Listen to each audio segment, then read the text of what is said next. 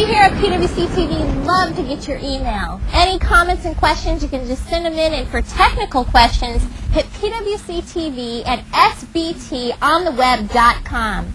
This week's technical question is from Bob from Wichita. He would like to know, what is a rotary valve and how does it work?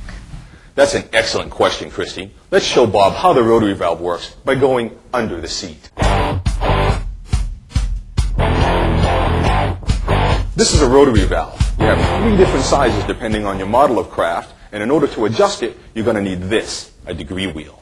Now let's take a closer look. I have this great cutaway behind me, so we can delve deep into the workings of the rotary valve. The rotary valve works like this.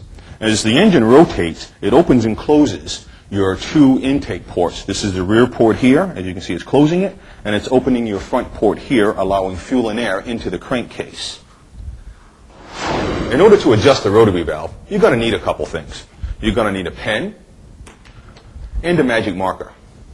What you do, after you remove your spark plug, is you put your pen in your number 1 piston, that's your front piston, rotate the engine until the pen is at its highest point, which is top dead center, right there. Now we found top dead center, let's show you how to adjust the rotary valve. You're going to need your degree wheel. You need to put it on your engine with your 360 degree mark at the bottom edge of the front intake port. You need to consult your manual to see exactly which degree of timing that you need, because it's different for different engines. In this case, we're using 147.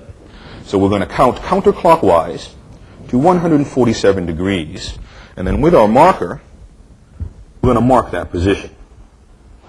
Now that we've shown you on the cutaway, let's go to the R&D center and show you under the seat.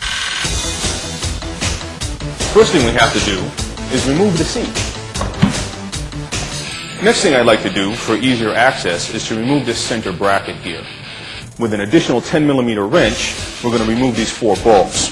First you remove the bucket, and then you remove the bolts. Next thing we have to do is remove this cover. This is where your Allen wrench comes in handy to remove these Allen bolts. After you remove these 6 bolts, gently lift up on the flame arrestor cover and remove it. Next thing we need to do is remove these 4 bolts with our 5mm Allen socket. Next thing we need to do is remove the flame arrestor element and remove the 2 bolts underneath. Depending on the model or year, yours may or may not have these 4 bolts. If you do, you have to remove all 4 with this 8mm socket. Once we remove these 4 bolts, you can remove the flame arrestor base. Next thing we need to do is remove these 2 Allen bolts with this 6mm Allen socket that holds down the carburetor. Next, you remove the last bolt on the carburetor. You don't have to remove the hoses or cables, just pull the carburetor out of the way so you can get to your rotary valve cover. This is the last bolt we have to remove to get to our rotary valve. Some of these bolts are hard to get to. There's 4 of them, and you might need a 13mm box end wrench in order to get to them. Move that out of the way. Next thing we have to do is find top dead center number 1 cylinder, and we start that by removing the spark plug. Make sure that when you remove your spark plug boots that you place them on their grounding posts. Make sure you know where your grounding posts are, because the positions do vary on model to model. Next thing we have to do is remove our number 1 spark plug.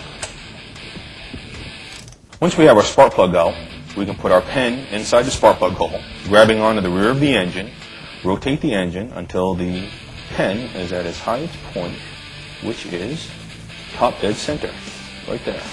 Once we've found the top dead center of our number 1 piston, we can remove our rotary valve, install our degree wheel with the 360 degree mark at the bottom edge of the number 1 intake port. In order to see the 360 degree mark, we need to have this little telescopic mirror here so we can see the marks. Thanks, Bob, for that great question about rotary valve timing. That's all you need to know. I'm Joe St. Louis. Come back next week for another tip under the seat.